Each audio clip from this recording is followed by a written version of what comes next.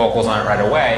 And because it would take too long to actually write words that make sense, the first thing that Mike or Chester will do is just go in the vocal booth and... Bro, lo inget gak sih zaman-zaman kita masih sering cabut ke warnet atau rental PS pas sekolah dulu? Coba deh inget-inget, lagu apa yang pasti diputer sama abang warnetnya? Atau yang jadi background video kompilasi anime di YouTube? Pasti kalau nggak Indien, ya namanya Linkin I'll Park. get in the studio with somebody who's 26 and they're like legit. Nah, hari ini gue pengen ngajak lo flashback bentar, ngobrolin salah satu band paling jenius sekaligus paling tragis dalam sejarah musik dunia.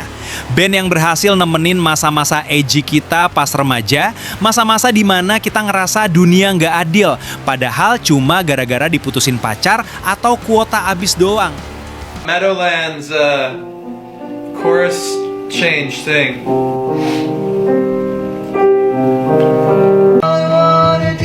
Perjalanan Linkin Park, dari yang awalnya ditolak puluhan kali sama produser, jadi band tersukses di planet bumi.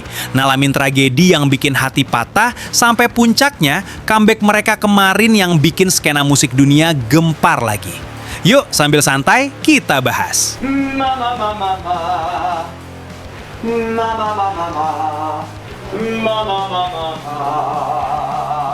Gue mau nanya, lo tahu nggak kalau awalnya band ini tuh namanya bukan Linkin Park? Nama pertamanya itu Zero. Dibikin tahun 96 sama Mike Shinoda, Rob Bourdon, sama Brad Delson pas mereka masih anak sekolahan. Musik mereka tuh aneh banget buat zaman itu. Mereka pengen gabungin musik metal yang berisik pakai ketukan hip hop dan turntable DJ. Stuck on repetitions that are only hypothetical, acting like the truth of my... Too much?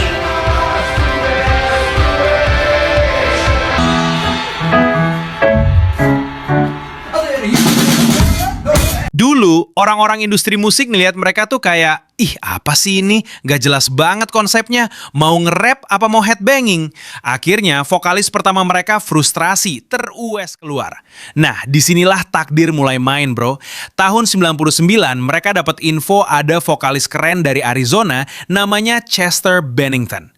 Pas Mike Shinoda dengar suara Chester lewat telepon, dia langsung melongo. Chester tuh punya superpower yang jarang dimiliki vokalis. Mereka ganti nama jadi Hybrid Theory, terus ganti lagi jadi Linkin Park. Tapi nih, perjuangan mereka nggak langsung mulus. Sebelum akhirnya dapat kontrak, tahu nggak mereka ditolak berapa kali? 44 kali, bro. Gila nggak? Produser-produser zaman dulu nanggap musik mereka tuh nggak bakal laku.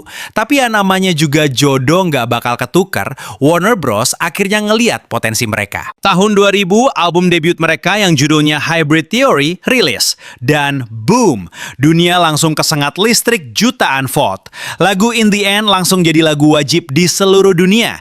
Album itu laku lebih dari 30 juta kopi. Lu bayangin, band baru rilis album pertama langsung dapat angka segitu. Itu unreal banget.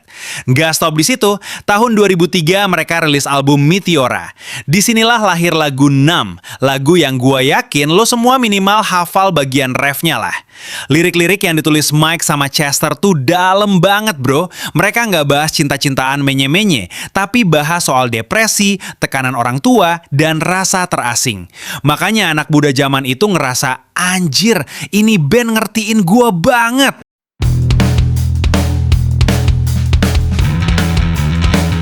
Ingat banget netizen langsung shock berat. Pria yang suaranya udah menyelamatkan jutaan orang di dunia dari rasa depresi ternyata kalah sama mereka ngayain live stream konser kejutan dan ngumumin kalau mereka balik. Dan yang bikin semua orang ngelongo adalah vokalis barunya cewek, namanya Emily Armstrong dari band penuh distorsi tapi punya melodi yang kuat, itu balik lagi.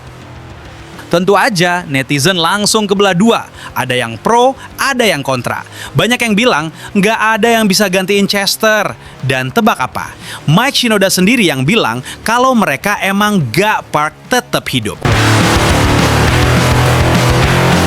Jadi ya gitu, bro. Kisah Linkin Park itu bukan cuma soal band rock yang sukses jual jutaan album. Ini adalah kisah tentang manusia. Kisah tentang gimana sekumpulan anak muda berjuang dari nol, sukses bareng, ngadepin band yang suka era lama bareng Chester, atau lo tim yang antusias nungguin karya-karya baru mereka bareng Emily, satu hal yang pasti, warisan musik Linkin Park gak bakal pernah mati.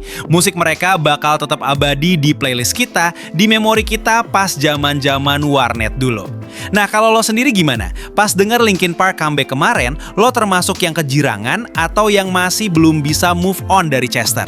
Coba dong tulis pendapat lo di kolom komentar, kita ngobrol lagi di bawah. Thank you udah mau dengerin cerita gua, sampai ketemu lagi di obrolan berikutnya ya.